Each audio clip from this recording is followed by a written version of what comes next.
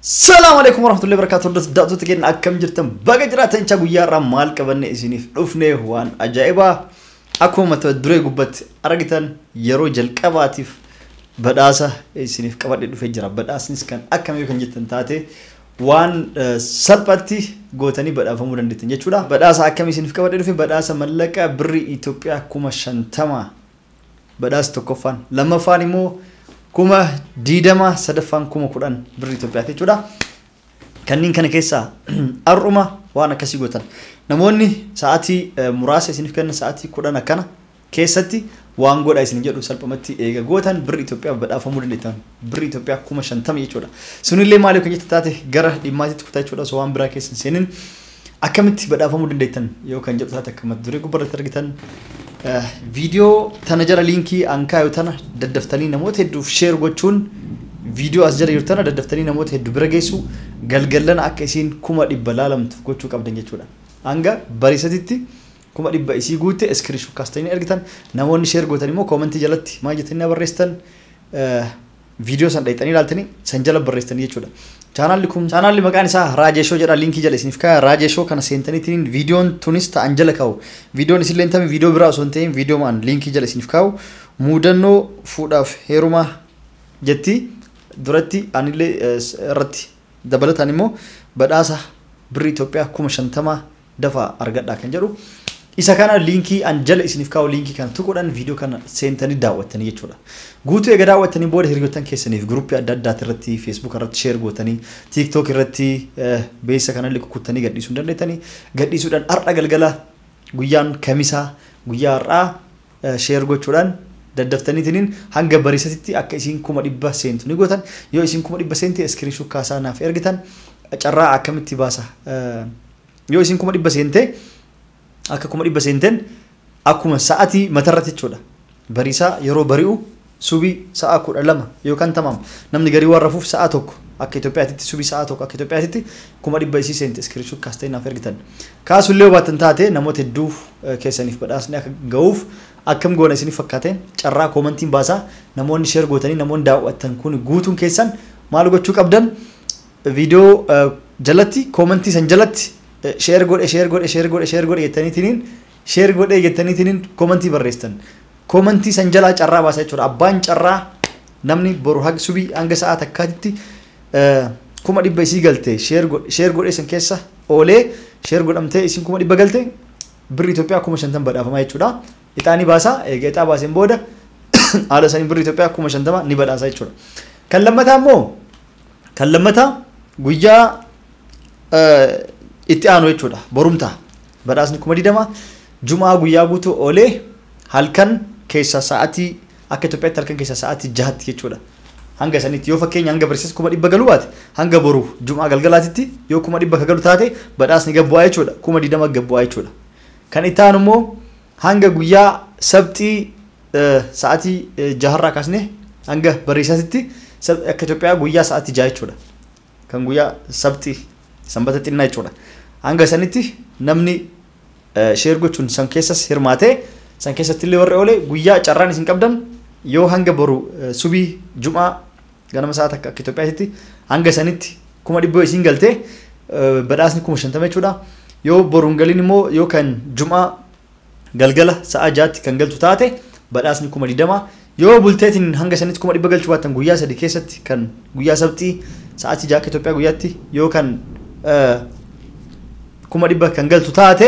badhaasni 10,000 gabboo jechuudha. Sadiin kana keessaa akka hin dhabne irratti hirmaadha isin jenna waan ulfaatu miti. Tokkoffaan isin gootan maali video seentanii guutuu daawwattanii jechuudha. Video seentanii guutuu daawwattan. Lammaffaa eega video daawwattanii xumurtan booda share gootan eega share gootan namoota groupii garagaraatitti TikTokitti Facebook irratti bakka hunda share gootan akka isin daftee 100 guutuuf jechuudha. Ka itaan immoo commentii jalatti share godheetan eega gootanii xumurtan booda waan isin barreessan share godhee jireettanii barreessan. Yoo godhelee yoo raabisa share jettanii barreessuu illee hin dandeettan jechuudha. Namoota share godhee barreessi kana ixaa keessa oolaa jechuudha. Ixaa keessa oolchet commentiin carraa baasa abbaan carraan irra oole badhaasa tana fudhachuu danda'a jechuudha. Birri Itoophiyaa 50 guyyaa takkiitti keessa badhaafama jechuudha. Haaluma kanaan challenge tana laallee hagamta akka sochootanii hagamta akka daawwattanii hagamta akka mooraalii qabdanii keessanii fi laallee kaanitiin yoo haala kanaan daddaftanii akkuma isin jedhetti guyyaa takkiitii keessa viidiyoo sana 100 kan galchitan taate badhaasni kennallee mallaqnis ol dabala deema challenge kanallee itti fufnaa jechuudha osoo addaan hin kutin torbaanirraa guyyaa lamatti yookaan torbaanirraa torbaanin badhaasa kana isiniif qopheessaa jechuudha mungkin 50 irraa yoo socho'ina keessanii fedhii keessan argeetiniin 50 irraa 75tti yookaan 100tti ol siquu danda'a carraan tokkoffaan kan lammaffallee sadaffallee haala sanii ol guddatu danda'a isiniin jedha akkasii viidiyoon kamiin yoo kajjata taate liinkii jalatti akkaataa isin liinkii jala seentan isiniif mul'isa jechuudha akkamitti liinkii jala seentanii akka argatan viidiyoo waraabee isiniif kenna akkamitti liinkii misan jalatti arganna warri jettaniif viidiyoo asirratti daawwadha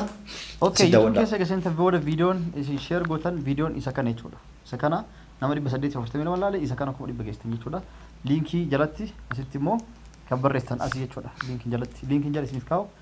kiyya jala kana liinkii akka tuutan jechuudha viidiyoon sila comment jala barreessanillee isa kana raajeeshoo kan jedhu akkam share gootan share as tuutaniitiin haala kanaan yoo Facebook taate Facebook irra share gootan yoo copy gootan WhatsApp fi waan adda addaa garagaraa irratti haala kanaan erguu dandeettan jechuudha akkuma asirraa argitan namoota share gochuu hin beekneef share haala kanaan gootan jechuudha viidiyoo comment jalattis barreessuu wallaaltanii haala saniin share gootan jechuudha ittaan suudhaan kan biraa namoonni YouTube channel bitachuu barbaadan kan sa'atiif subscribing guutee monetization ta'ee jechuudha mallaqa herreeguu eegale sa'atii 4,000 fi subscribe 1,000 ol guunne kan barnootallee Telegram keessatti gruupii jira gruupii san keessatti isin barsiisa waa'ee YouTube akkamitti viidiyoo raabbattanii akkamitti edit gootanii akkamitti wanta gettanii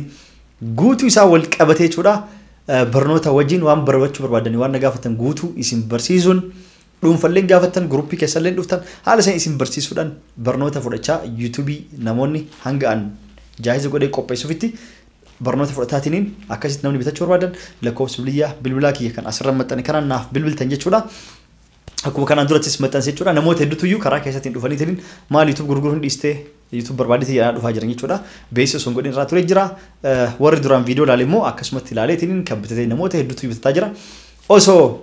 olii gad deddeemtanii hin boo'ee YouTube na jalaa badee akkas na jalaa ta'ee na jalaa gubatee tuttuqaa bakka wallaalee kana osoo hin cinqamin waa hunda waan guyyaa 20 tuqamu bakka piin poostan isiniif dhuftu biyya poostan hin jirre keessas yoo jiraatan taate waan tuttuqamtu jira guyyaa 20 isinillee sanis isin barsiisee barattanillee yoo ka isiniif mijaa'uu dhabu taate anummaan seenee isiniif tuqee sa'aatii ammaa immoo YouTube akka duraa osoo hin ta'in identity jedheetiniin mattaawoqiyaa keessan gaafachuu heddumeessa jira jechuudha bitaaqa kan duraanii ittiin callisee adrees verify gochuuf mattaawoqiyaa keessan qofa yeroo ittiin naytan yeroo san salphumatti verify ta'e jechuudha yookaan immoo pin postan isin dhufu verify gootan jechuudha amma immoo identity jedhaa nama rakkisuu eegalee eenyummaa kan keessan kan ibsu manjaaf qaadii paaspoortii fi ID maalii jedhis waan akkana isin gaafata sun immoo akka salphatti mattaawoqiyaa argeen hin fudhatu dirqama manjaaf qaadii afaan ingiliffaa afaan baruun irratti ta'ee yookaan immoo paaspoortii keessan yookaan iqaamaa biyyirtanii kan tolchee suuraan isaa diriiree ka'ee fi kan tolchee ifuu kan mul'atu kanniin kan waan gaafatuuf kanniin kanallee immoo yoo fiddan edit gochuun sirreessuun anummaan isiniif guute YouTubein keessan yeroo cufatus yeroo waa ta'u seera guyyurraa jirama kanniin kanallee isin barsiisuun isiniif sirreessuun haala kanaan gurguree jechuudha akkasitti gatii isallee kanaan dura gubbarratti dubbadhee jira jechuudha akkuma beektan ammas isin gurguree dantaa keessan jedhee isin dhiisuu qofa osoo hin ta'in hanga baatii jahaatitti share gochuun isin gargaaruun barnootaallee haala san isin barsiisuun isin gargaaruun akkasitti wajjin mari'achuun yoo waan akkamii dalageen alaalamti yoo ilaalamuu diddeetiin abdii kuttanii haalli isin mijaa'u dillee immoo waan akkamii akka dalaguu qabdan isin jajjabeessuun gorsalleen jechuudha yeroo miseejii barreessan sanitti isin gurguree isin xannashuu qofa osoo hin ta'in yeroo sanittis isin deebisuudhaan haala kanaan waa hundaa wajjin jechuudha gurgurtaan kenna ammas warroonni channel san qofa osoo hin ta'in channel xixiqqaa qofa banee ajajan kan gurguru kana qofa osoo hin ta'in warri channel gurguddaa barbaadanillee immoo kan subscribing isaa ol guddatee kafaltii herreeguu eegalee gatiin isallee akkasuma ol dabaluu fi kan hir'atullee jechuudha haaluma saniin argattu jechuudha akkasumas warroonni kara biyya keessa jirtanii fi bakka adda addaa jiraatanii channel keessan irra dalaguu dadhabdanii jibbitan subscribe isaa gurguddaa kan ta'e jechuudha anillee akkasii nin bitaa jechuudha channel gurguddaa ni bitaa sanillee namni qabdan nabeessan lakkoofsi kiyya asirratti akka argitan duwwaa 967 73 79 258 duwwaa akka isin barreessi gubbarratti bilbiluu fi osoo hin ta'in WhatsAppin warri YouTube bitachuu barbaadan qofti na dubbistan warri dhimma biraatiif barreessitan deebiin isiif hin deebi'uu dhiifamanaaf jechuudha. Miseejii baay'atu danda'a dhimma biraatiif obboleessi kee akkas ta'e obboleettii akkas ta'e nama akkas ta'e waan akkasii jechuu fi nama himachuu fi birrii lama liqeessee na dhoggatee warroonni akkana kun heddumaatee jiran har'a gabaabsa isin jira. Akkasii birrii baluu liqeessee na dhoggatee jaralleen kee birrii akkas na godhee suuraa isaa maxxansuu barbaada YouTube kee irratti na maxxansi maqaa naaf balleessi akkasii kanneen kanallee immoo sagantaa biraatti wal dachaana warra akkasii ammaaf sanin na barreessu sun ta'in warri dhimma YouTube bitachuu fi gurguraa qofa keessa jirtan haala sanin na dubbisaa isin jedha. Qophiin kenna kanarraa kana fakkaata hanga amma waan daawwattaniif galatooma isin jecha hin dagatina amman tana liinkii jedha isiniif kaa'ee seenaati badhaafama isin jedha birrii Itoophiyaa 50 kuma 20 kuma 10 badhaafama isin jedha tokkoffarraa hanga sadaffaa carraa kana keessa ooluuf yaalaa isin hin jenna. Mas yoo challenge kun yookaan immoo wanti amma qopheessu kun isiniif tolee jaalattanii jiraatan itti fufna jechuudha. Mallaqallee isiniif ol daballee waan isin gammachiisu isin godhee kan isiniif itti fufu yeroo jalqabaatiif badhaasa akkana karaa salphaan akka itti argatan isiniif qopheessa jira jechuudha. Hanga waan hojii turtanii galatooma. Assalaamu alaykum warahmatullahi wabarakatuh. Nagaan nuuf tura. Bye bye.